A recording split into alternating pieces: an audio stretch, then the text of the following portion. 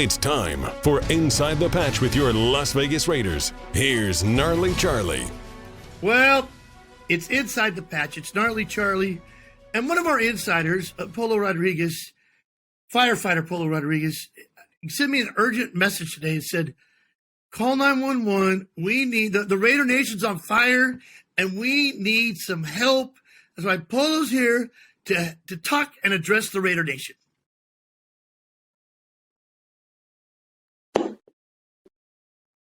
First of all, Happy New Year. Yes. And what?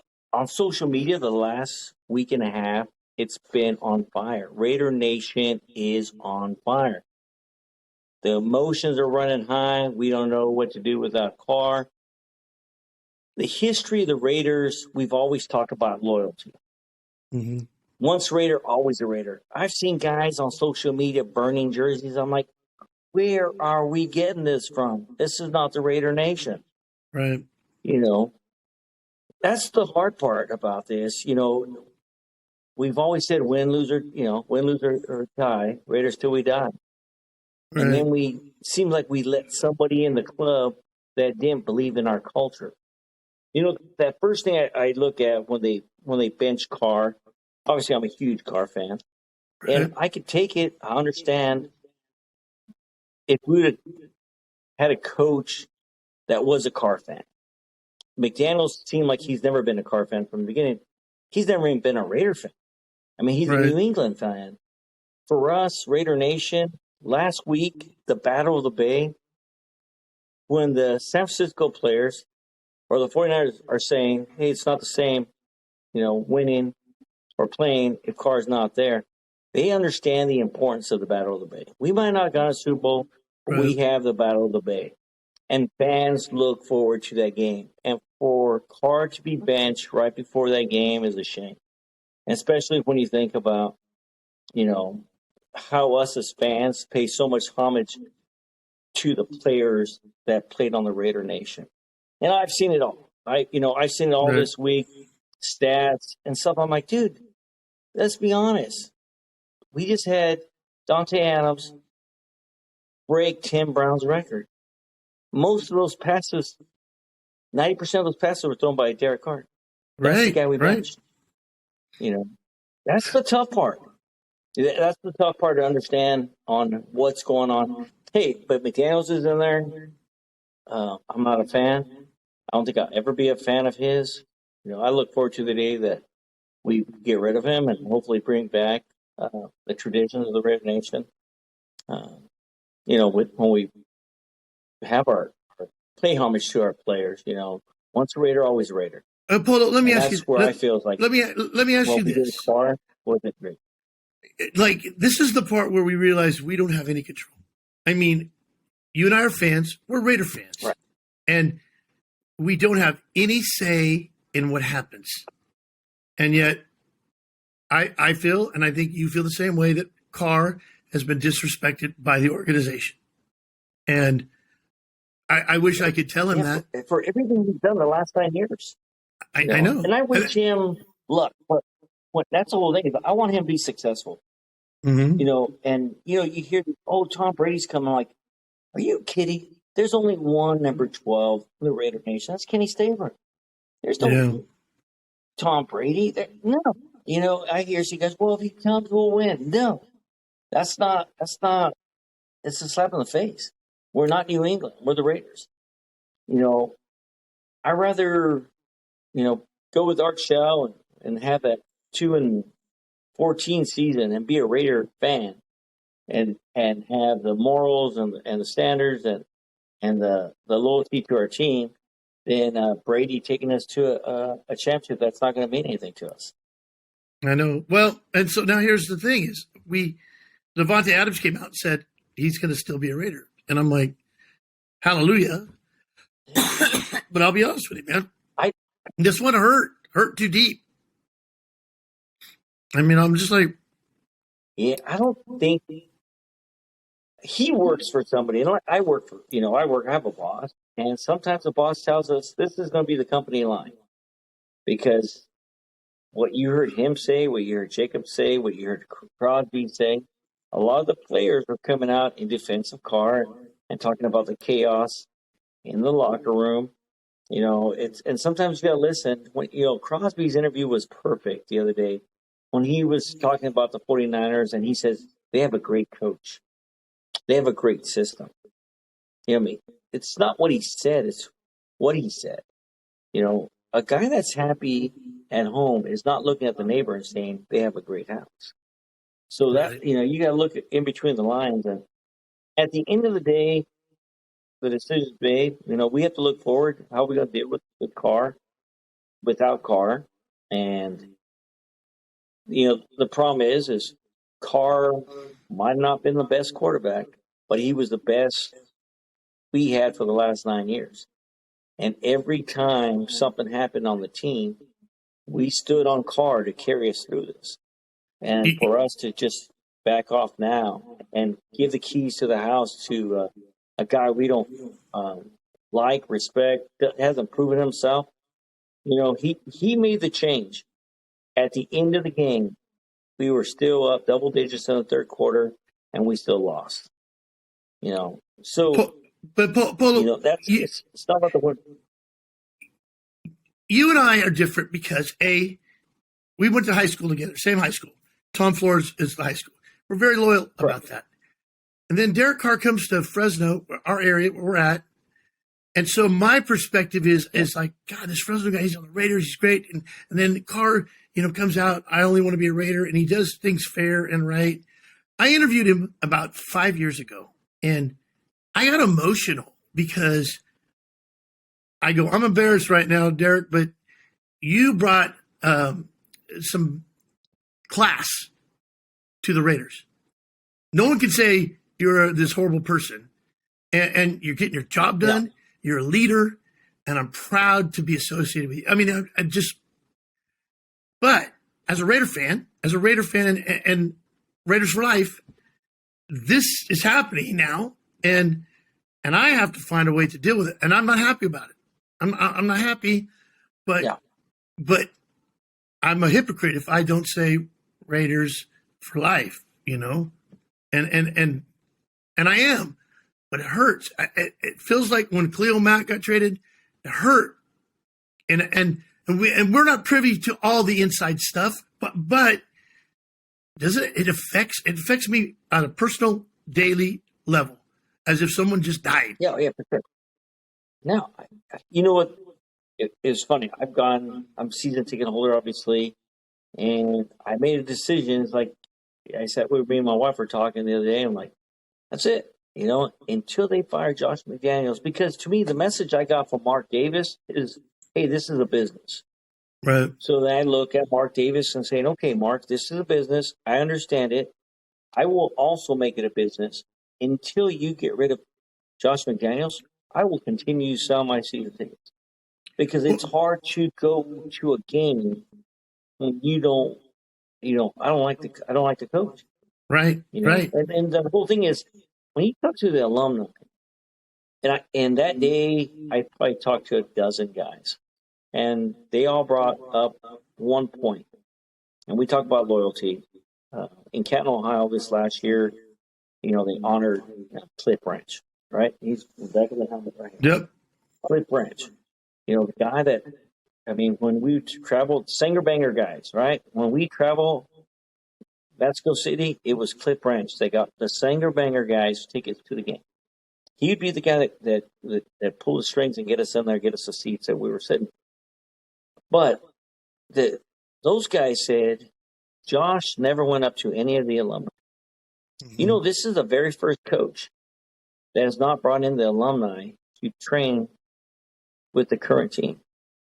Right. And there was rumor, I guess they were saying, it's like, yeah, we all thought Reggie McKenzie was going to come back as general manager. That's what they were thinking. And then I guess Josh was like, no, he's bringing in his own people. So at that point, there's that disconnect. So the guys that we look up to, the guys that we support, the guys that we got to watch winning Super Bowls, mm-hmm. If they're not high on the coach, it's hard as a fan to be a fan of those guys. Right. And there's no love for the alumni. And that's where we talk about tradition. Once a Raider, always a Raider. And he's not following that example, and he doesn't know the culture, and that's the problem. He knows the culture from New England, but it's crazy because when you look at what he did to the Broncos, he's doing the exact same thing that Scott Ridley, quarterback. Hey, and this kid last week, I rooted for him. I wanted him to do good. Yeah. But think about risk management, man. And when that guy got hit, when he threw that pass to Dante Adams, look at his face. I'm like, how long could we last? And what irritates me, I guess, the most is Josh Jacobs has no contract right now. So that kid gets hurt today. What's going to happen to him next year? Exactly. And that's what this guy's missing. He rather win, not win. He rather make himself look right, like he was get rid of Carr. He did whatever he wants to make himself like, hey, I made the right decision. He's sacrificing guys like Josh Jacobs to and playing him without a contract, risking him getting hurt. And that's not the way we treat our guys on the team. Well, Polo, you said all year. You said all year that he doesn't get up and tell the truth, and he's quick to say it's the player's fault. It's where I have more respect. Even Gruden used to say, "No, I need to get these guys ready. It's my fault. I need to get them ready." And so, but here we are now, and I'm like, I'm a fan. I'm a Raider fan. I'm a historic Raider fan, and I feel like I'm torn between, like my family member, and then I don't know. I don't know what to do. It was tough. It was really hard that day that when we played San Francisco. It was like, if McDaniels wins big, he can say, "I was right." We got to face the facts that, hey, you know what? It wasn't. I rooted. I want us to win, but it's tough because the fact is that I don't want him to be successful. I want him to go, and even though I was talking to a guy today, and I'm thinking, like, every year we get together and we say, maybe next year. Right now, I can look at you in the face and say, we don't have a shot next year. We're in trouble. And the Super Bowl's a home game for us next year. His leadership is, huh? No, the Super Bowl's a home game for us next year. What was that? The Super Bowl is in Vegas next year. Yeah. And as we sit right now, like with the leadership as a coach, we're going to be in trouble. How good is this kid? Hey, he runs. He's sporadic. How long could he stay healthy doing that? Right. You're one hit away. We saw what happened Monday night. It's not hard to get hurt in the NFL. And when you're putting yourself out there, there's a lot of fans that like that. But if you look at the game, you can do that in college. You can't do that in the NFL and make the whole season. All right, Polo, we got to call timeout here. Here's the thing. You and I are too emotional about this. This is what I feel. I'm like, you and I are sitting here like two old ladies bitching about it, and because we're hurt. We are emotionally vested. And I don't know what the answer is, because I always like it when I feel like there's this, well, we have this to look forward to. And I don't know, you and I don't know, we got to come to some, we can't, I don't want to sit out and say, until they fire Josh, I'm out, because I'm a Raider, man. So I think it's like both of us need Raider therapy. We're sitting here and we're upset about the same thing, and we need a carrot or something in front, and I don't know what it is. I think time will help us. It will help us, but I remember what happened to me, because I was like this, and I know if you look back at our first show when I talked to you, we talked about Marcus Allen and Al Davis. Yeah. And I was a huge, I still am a Marcus Allen fan, but when he beat us, it was like, dude, how the fuck could you beat us? Oh, excuse me. How could you beat us? Right. You know what I mean? You're a Raider. How could you beat the Raiders? Right. It was kind of like, Al, hey, you messed up. Right. And then he came and beat us. Well, that's to me kind of when it switched, when it kind of shook me up and said, hey, you're a Raider. You got to move forward. I hope it's it doesn't take as long as, Carr playing for another team beating us before I snap out of it. Because it took a while, and like I always say, I'm pretty honest about this, is like, I've never forgave Al for what he did to Marcus.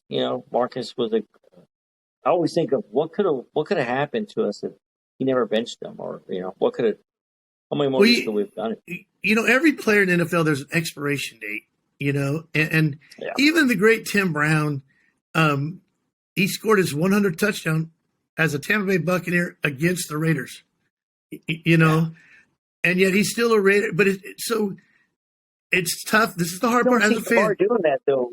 That's the whole thing with Carr. The way this ended, the crazy part is we did see Marcus Allen come back and light the torch, right, and that's Al's torch. That to me was, when I saw that in Oakland, I'm like, wow, what do you think Al would be thinking right now if he knew, Marcus was lighting the torch? It's a business, man. I've worked at radio stations, been fired and want to win and whatever. And I think at the end of the day, Carr has all these records, and Carr is a Raider, and we'll be able to celebrate it, but just not right now. It's just too soon because we're hurting. We're hurting. Okay, let's fast forward to the Chiefs. What's going to happen? Are we going to win? Because we sure didn't lay down against the Niners. No, we didn't lay down against the Niners. One advantage we had against the Niners is the Niners really didn't have much film on the way we're going to play. Right. So now there is film on him, unfortunately, and now the Chiefs are going to come a little more prepared. It'd be great to be the Chiefs. I'd love to beat Mahomes. I mean, that's one person I probably dislike more than I dislike Josh. But it's definitely going to be, now because of what happened on Monday night, they need a win just to get clear the field. So they're going to be playing everybody. A victory for me would be, Jacobs doesn't get hurt. I would love Max Crosby to have best day ever and get 4 sacks and, keep Mahomes on the ground. That would be a great victory for me. Well, Crosby and Mahomes, they have a history of fighting with each other. Yeah, and that's the whole thing is Crosby, generally steps up, and to me, that's going to be the victory. Let's get Crosby in there, second Mahomes over and over again. And, I hope, the team stays injury free. And then, hopefully the chips land for us right next year and keep a lot of the players, because the worst thing you want is what happened to the Broncos after McDaniels went over there and the team, and they had to go into complete rebuild, and we can't afford that. We got a lot of good pieces right now. We just got to be able to keep those together, and hopefully see who comes in as the leader. Well, hey, I do want to thank you though for this year, for everything you've done, and I love you, brother. And we're gonna get through this. I feel like we're two guys that got broke up by a girlfriend and we're eating ice cream on the couch. So, Polo Rodriguez, Sanger High graduate, fireman, Raider, ex-president of the Black Hole. I mean, he's done it all. He's done everything. So, Sanger Bangers for life. Sanger Bangers for life. Polo, thank you so much, man. All right, now we'll talk to you soon, man. We'll be back with more Inside the Patch on 1430 ESPN, your official home of the Las Vegas Raiders.